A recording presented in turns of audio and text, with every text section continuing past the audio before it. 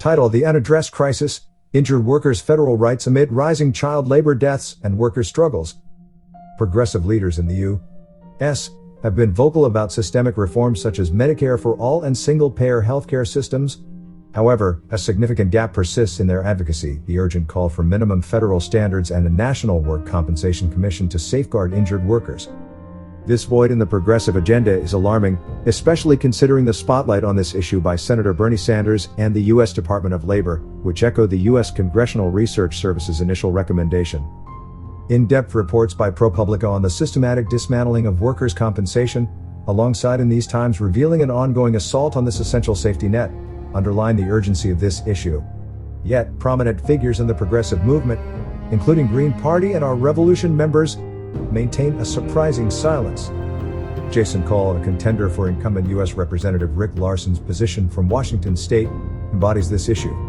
His campaign advocates for Medicare for all and comprehensive health coverage for Washington, but glaringly omits the crucial issue of federal protection for injured workers. This silence permeates the progressive landscape, involving influential figures such as Seattle-based socialist Kashma Sawant, U.S. Representative Pramila Jayapal, Senator Sanders, and Green Party stalwarts Cornel West and Jill Stein. Despite 8 years of continued silence, the urgency of the situation has only increased.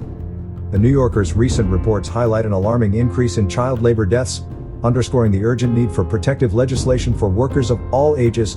Additional urgent factors include the Department of Labor's reports on the overprescription of opioids to injured workers, CBS News expose on the extended waiting periods for disability benefits leading to bankruptcies and even death, and the San Francisco Gates disclosure of rampant gender bias in workers' compensation cases. The urgency of this issue is further compounded by the Guardian's revelation of widespread unpaid labor in prisons and the pervasive homelessness issue across America. Unions, traditionally the defenders of workers' rights, have also been disappointingly silent. How can those on the left, who position themselves as the champions of workers' rights and human dignity, maintain silence on a known solution to such a pressing issue? How can we lay blame solely on the right when those on the left have yet to take up arms? As progressives, the rights of all, particularly those most vulnerable, injured workers and child laborers, should be our priority. The focus must shift from business-centric worker compensation rates to a more worker-centric approach that prioritizes their rights and welfare. While Medicare for all and single-payer healthcare are undoubtedly vital causes, they should not eclipse the need for rights and protections for injured workers. To our progressive leaders, the call is clear: recognize and fight for the federal rights of injured workers. Our pursuit of healthcare justice should not leave the most vulnerable behind. Resolution for America's Injured Workers, addressing federal human rights issues. Whereas state-based workers' compensation programs in the United States have exhibited inadequacies, resulting in difficulties for injured workers to receive the full benefits they are entitled to, exacerbating the risk of falling into poverty due to work-related injuries or illnesses.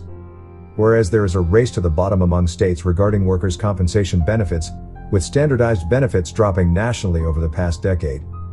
Whereas certain high-hazard occupations, such as construction, are experiencing a concerning trend of increased overdose deaths among workers.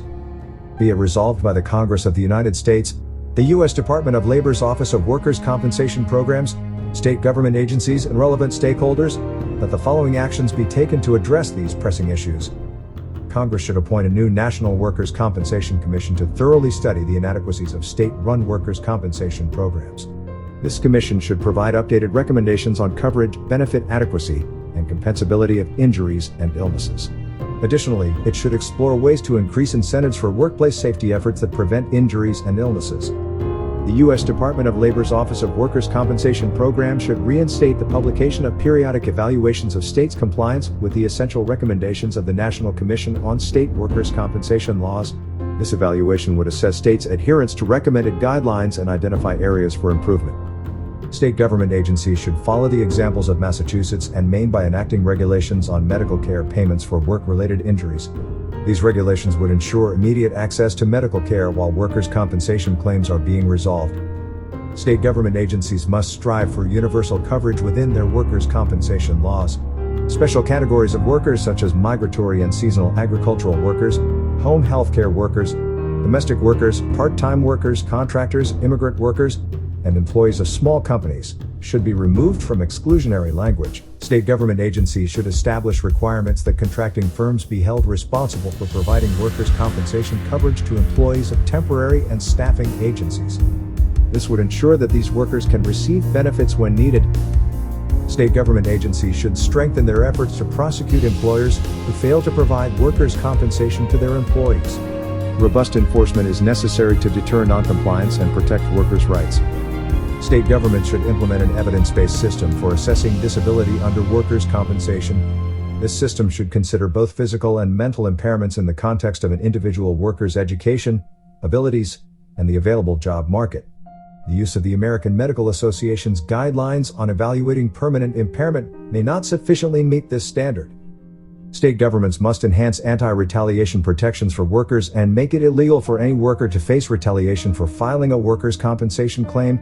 Workers must feel safe and protected when exercising their rights. State governments should ensure that workers have the freedom to choose their own healthcare practitioners for medical treatment under workers' compensation. This choice empowers workers to seek the care that best suits their needs. State governments should revise workers' compensation systems to eliminate or limit employer-mandated post-injury drug testing. Testing should only be required when a proven nexus between the incident and impairment exists. However, all work-related injuries must be compensated, regardless of drug test results. State governments should repeal any language that assigns blame to workers for injuries unless accompanied by an expansion of tort remedies that provide alternative avenues for seeking compensation. This resolution aims to address the systemic issues and disparities that have emerged within workers' compensation programs across the United States. By implementing these measures, we can strive for fair and just treatment of injured workers, uphold their federal human rights, and promote safer working environments.